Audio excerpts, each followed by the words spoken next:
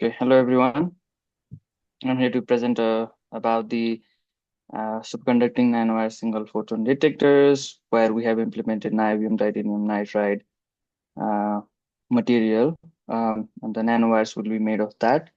Uh, so mostly I'll be talking about the theoretical perspective on those, and then their use on the photon detection. This is the outline of my presentation, where I'll be first introducing the types of superconductor, including Cooper pairs. And I'll talk a little bit about the superconducting nanowire single photon detectors, which is abbreviated as SNSPDs, and the basic principle involved in detection, as well as the detection process. And then I will briefly introduce some of the detection models, which are the prevailing ideas and which uh, try to explain the physics behind how the detection happens. So I'll be starting with the normal core hotspot model, followed by, quasi-particle diffusion model and vortex crossing model and Borel-Hazzard model. Uh, After that, I will briefly talk about the key performance metrics and the implementation areas, and finally conclude my presentation. So starting with the type 1 superconductor.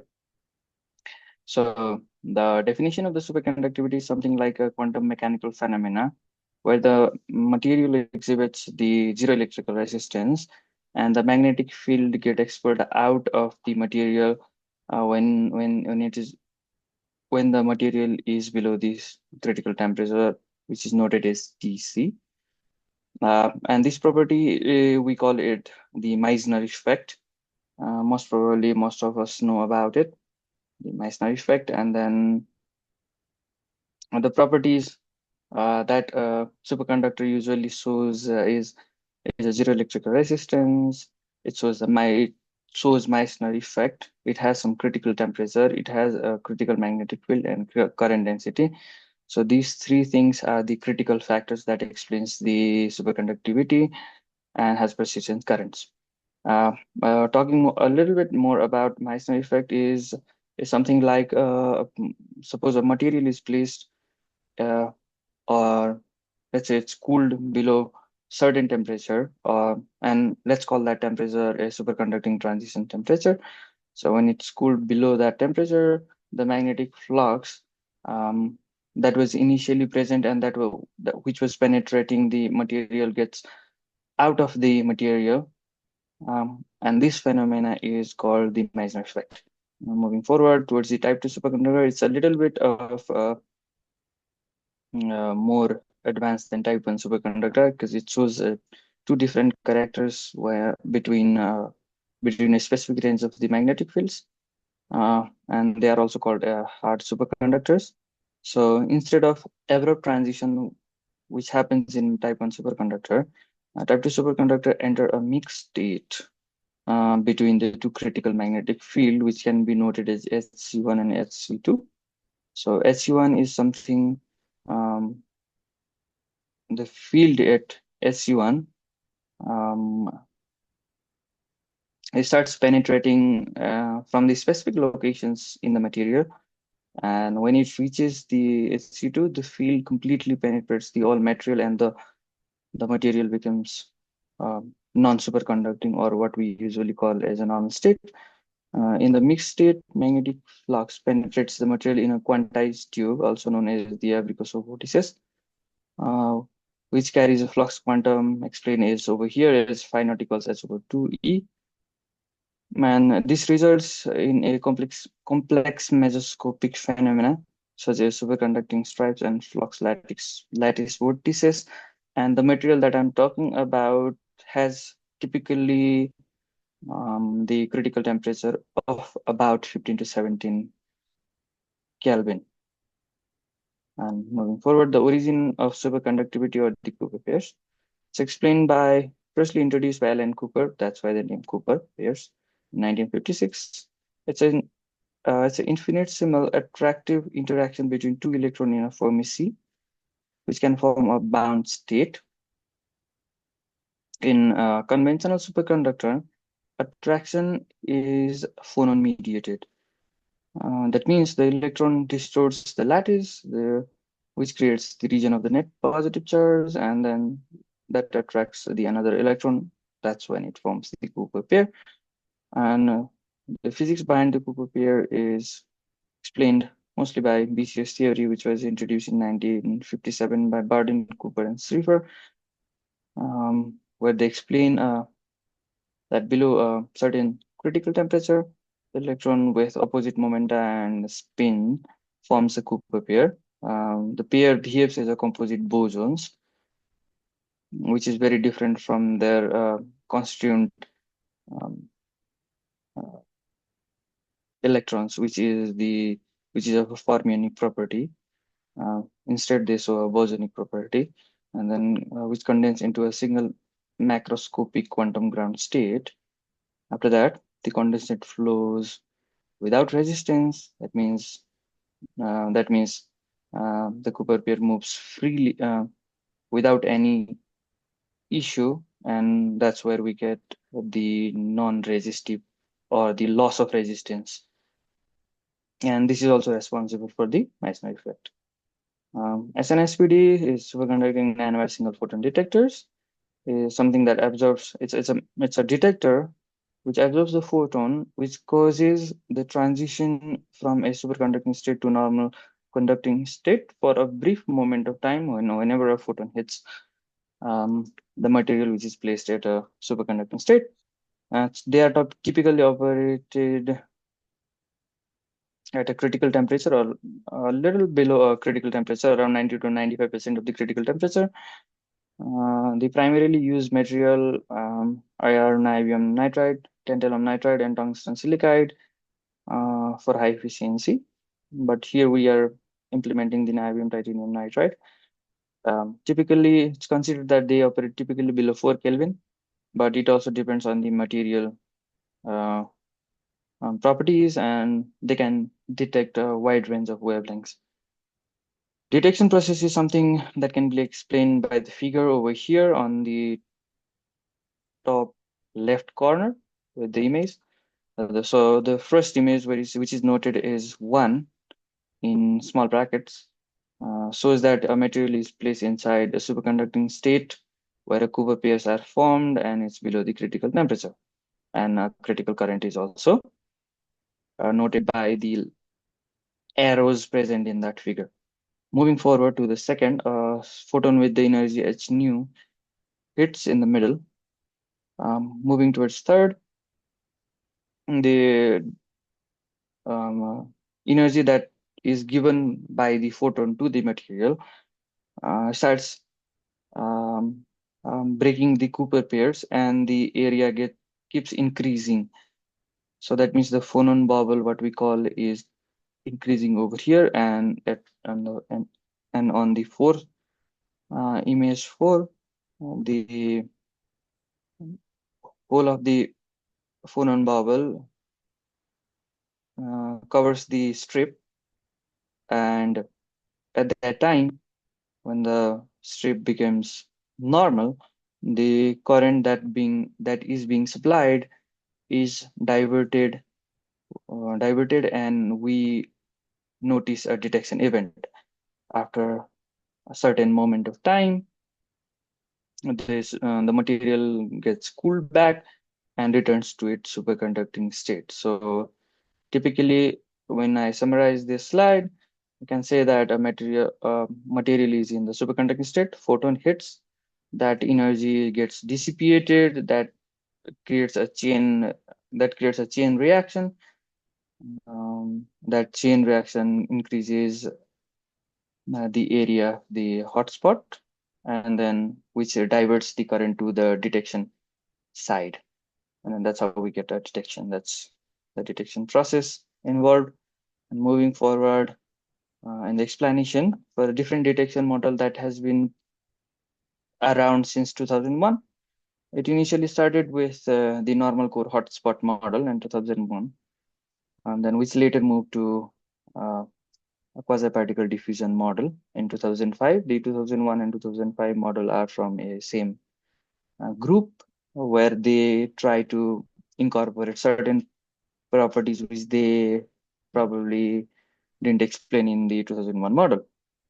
After that, they introduced something like the presence of the vortex, and then they came up with the vortex model. That's a different group. Initially, it was called a photon-triggered vortex entry model, which was in 2008. And then later, the quasi-particle diffusion model also incorporated the vortex model. So from where we get diffusion-based vortex entry model, and then after some time, we got normal core vortex model in 2012, which I also call a Vodolaza model, because a lot of papers are uh, from Vodolaza, which we try to explain the behavior of the phonon and the increase of the hotspot by using the kinetic equation approach. So moving forward, hotspot model. The key concept is the key concept for this model is the photon absorption happens, which creates a localized resistive region known as hotspot in the nanowire. The bias current gets redirected towards these superconducting sides, and when the current density exceeds the critical current, the entire cross section turns normal conducting. That's when we notice a detection event. That's how they try to explain it. The weakness is something like they does not account for the low energy photon, such as the infrared photons. They lack the explanation for vortex dynamics involved in the superconducting nanowires, and the quantitative inconsistency are noticed sometime later when it was implemented, when they try to compare the result with the experimental data. So the strength is it's simple and intuitive to understand from the reader's perspective, but may not be able to explain a whole bunch of physics around it. Provides an easy way to understand the photon detection in essence studies for high energy photons. Later, they moved towards the quasi-particle diffusion model. They updated it with something like a photon breaks the Cooper pair, which creates the quasi-particle that diffuse throughout the nanowire. And this diffusion reduces the local superconducting electron density, lowering the effective critical current, which triggers the detection event.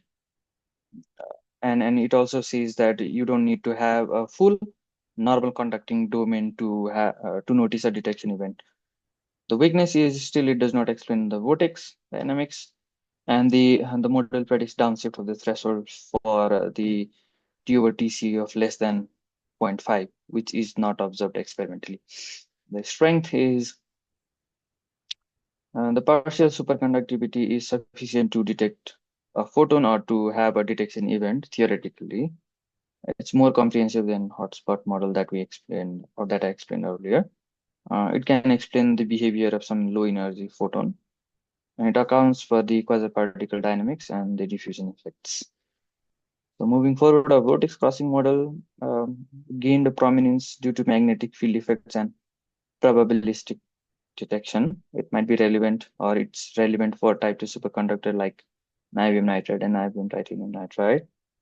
The core idea is the photon absorption locally suppresses the order parameter, which lowers the energy barrier for vortex entry, especially at the edges. And when vortex enters, Lorentz force from the current or the bias current drives it across the wire. Vortex motion happens, which causes phase slip, and that's where we get the voltage pulse.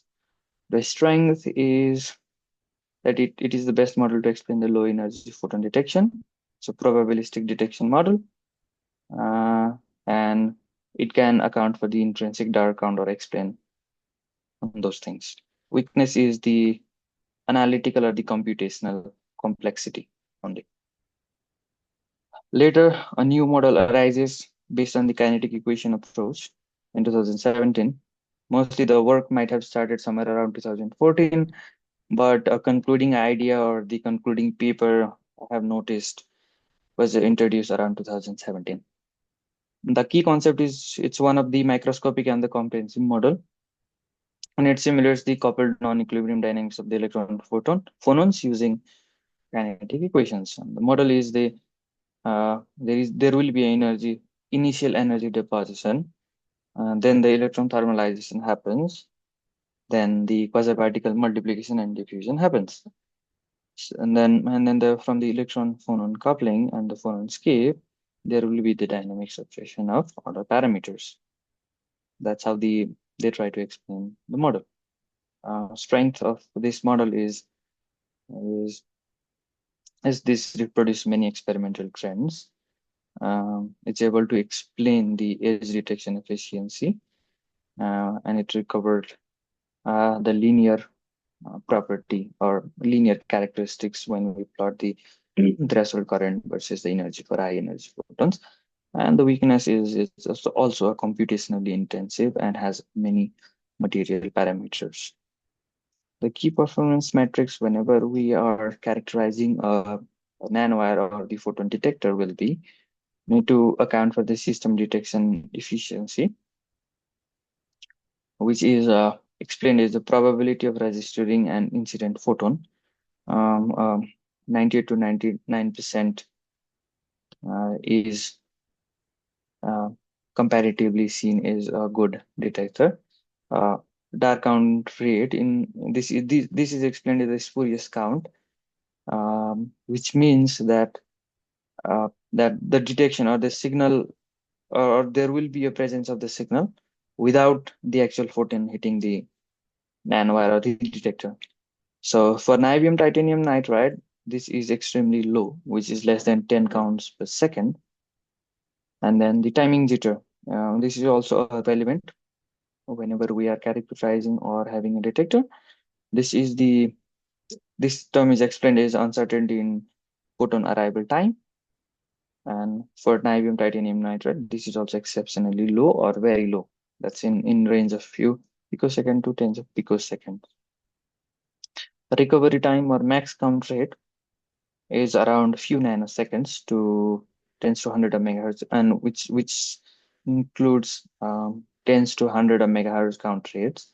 The wavelength range is from UV to mid infrared, and also depends, but this depends on the design, how we design the device, and the photonomer resolution is something like these.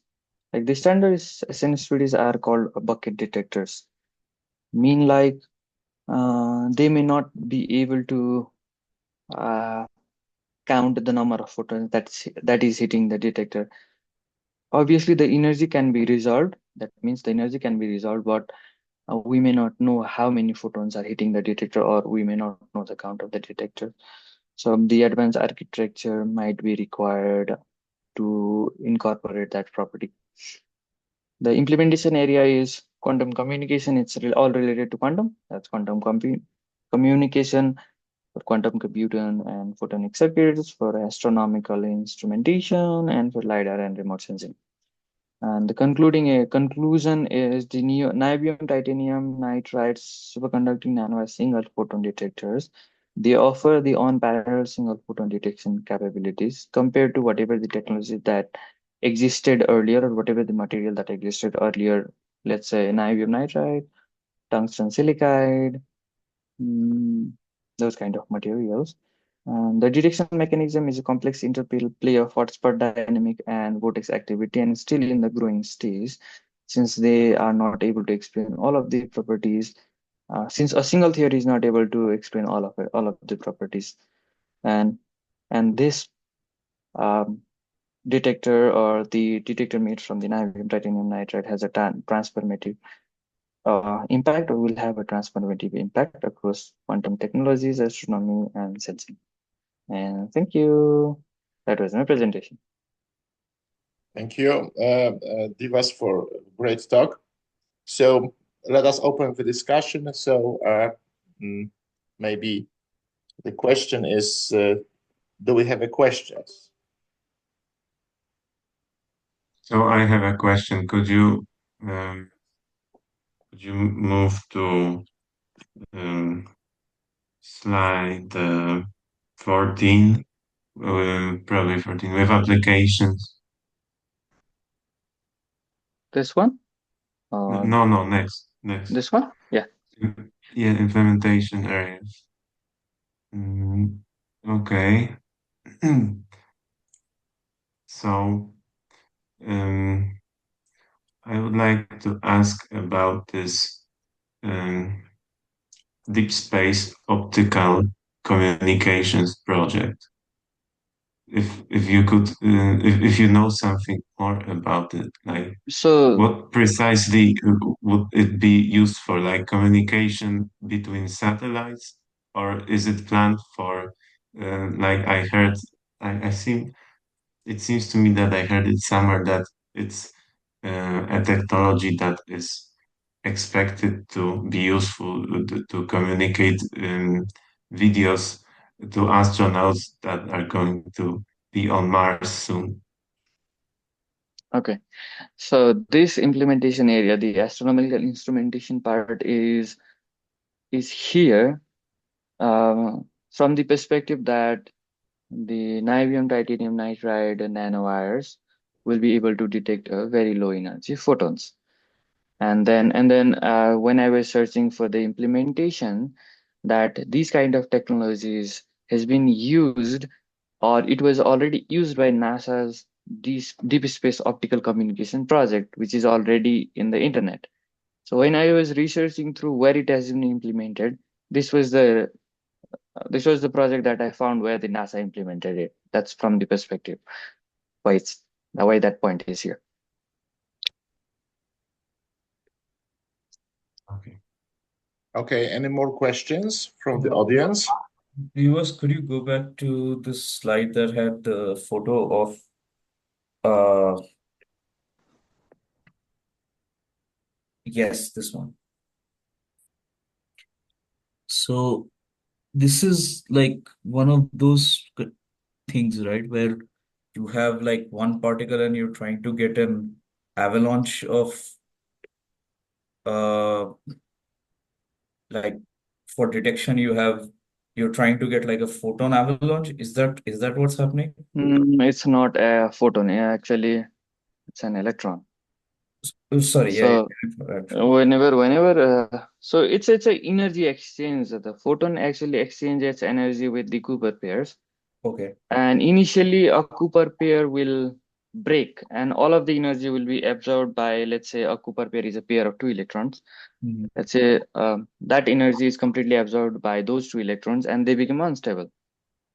So Okay. when they become unstable, there are rest of the Cooper pair flowing around them, and then the energy gets dissipated from those or a single Cooper pair to so others. So the breaking of the Cooper pair starts happening, and it keep increasing, I see. Okay. and then it keeps going on, and then when we have at the end, whenever there is certain threshold, or when you reach certain threshold, then we'll have a detection. And in D, the circuit diagram that's given, uh, the plate that you have, the gray plate that you have, that's creating the phonon bubble, uh, Mhm. is which part of the circuit is the So gray you can see over here. plate? Okay, annotation. This is the part of the strip, Okay. and this is the bias T. We are supplying a current in here. Uh-huh. This part actually is the outer electronics where you get the detection signal. Okay. So whenever there is you supply a current, and since we don't the resistance of the output circuit will be higher compared to the superconductor, right? Right. Then the current always takes the path where the resistance is low. Yes. But whenever a photon hits and then the resistance keeps increasing, or it keep increases, Oh, you start getting current in then that the part resistance as well. goes, yes, and there will be a Yeah. certain threshold where the resistance will be Okay. higher than the output circuit, then the current gets diverted towards the outputs. That's where we get the detection. Nice.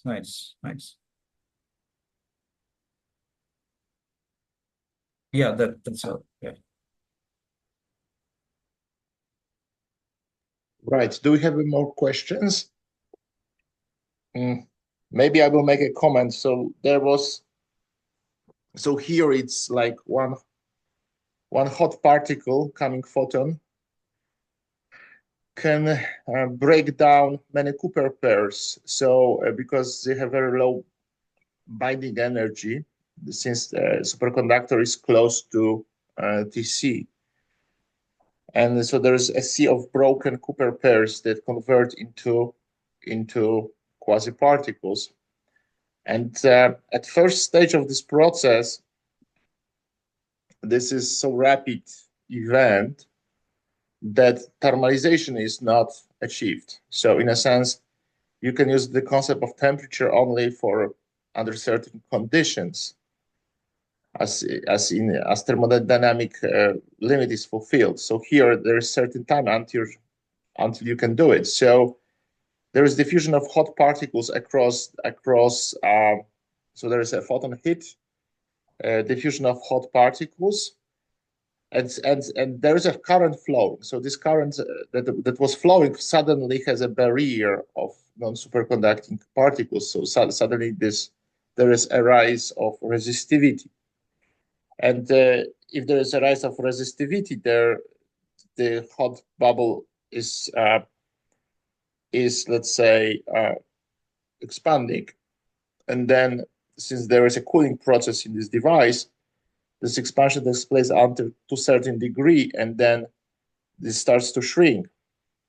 In the meantime, there is vortex anti-vortex nicely formed here. So these simulations from the sea, Divas, are what's the origin? How did you obtain a plot C? So this is I have cited the paper down there. It's somebody else's result. All right. That's not my result. But which formalism is used and which paper is that? So for my simulation, I have used the diffusion-based vortex entry model. So it's a two coupled differential equations.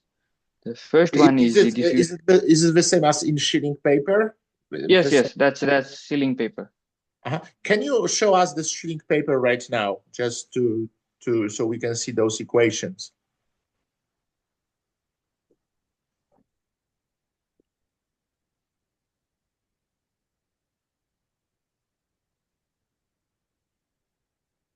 So there is possibility of having this one equation is, so there are the set of two partial differential equations, and okay, should be able to see the one is on your right at the top, the one is on the other one is in the bottom left. yeah, so it's very tricky way, Eric, but it's on the right side. You see the first one, that's the audience can see. It's like diffusion equation. The first one is diffusion equation. Yes, can you magnify it a little bit, Control plus plus or something like that? No, not much. Control plus plus would be something like this. Okay, so this is diffusion equation, standard diffusion equation, right? Yes, this is a standard diffusion equation. You can say that Schrödinger equation is diffusion equation in imaginary time. So this diffusion equation is for hot particles, and for these quasi-particles that got high energy, right? This is CE is a concentration of them with position and time. So this equation, so they are run by their own dynamics. So this is like, they have so big energy that other particles doesn't affect their dynamics. And then, okay, and let us come to the second equation.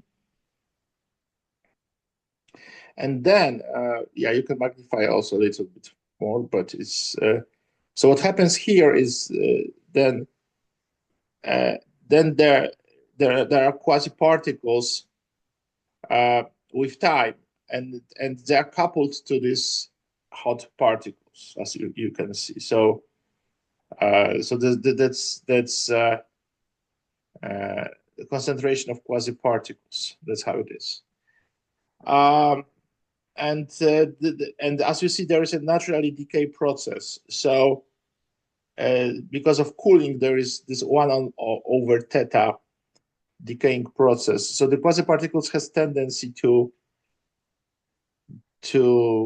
decay, so to convert into Cooper pairs. So if you have first three terms, the quasi-particles in longer time, they will decay into zero concentration. So every quasi-particle will become a part of Cooper pair.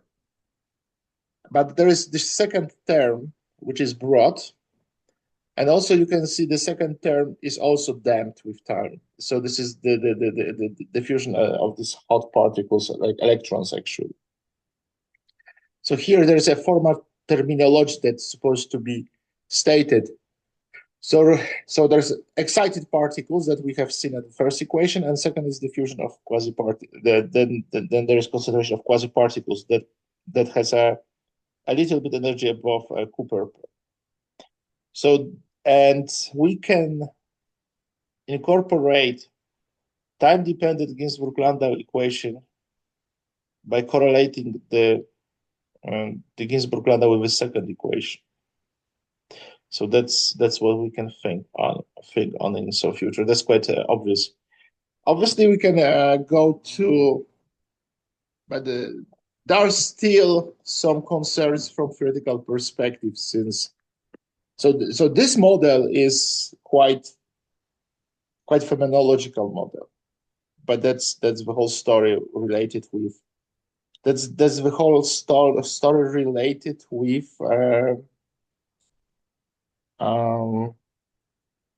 transition edge detectors. So this is superconducting single photon detector is transition edge detector. Similarly, superconducting single neutron detector is transition edge detector. So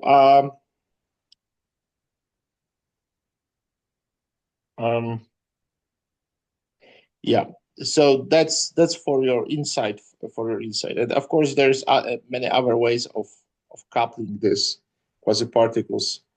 You can use other formalisms like Grodigen, use other, and blah blah blah. So there's a lot of things associated with that. And very similar fashion, there are superconducting single neutron detectors which operate in a very similar way. And there's also detectors like this coming photon with superfluid helium. Such detectors were proposed to be used in CERN, but they are very expensive. To be cooled down to much lower temperatures. And then to make the dilution refrigerator over a very big range is not easy task. So far in CERN, you have the cooling to 4 Kelvin over a long line. But then if you have to, it's like Eric, 4 Kelvin, it's in CERN is on the range of 20 kilometers. But to convert this temperature to 20 millikelvin over the range of 20 kilometers is a little bit quite costly, it's like that so crazy scientists sometimes can kill economy. Of course they can develop economy, but they also can kill economy at some point. Anyway, guys, thank you for this discussion, and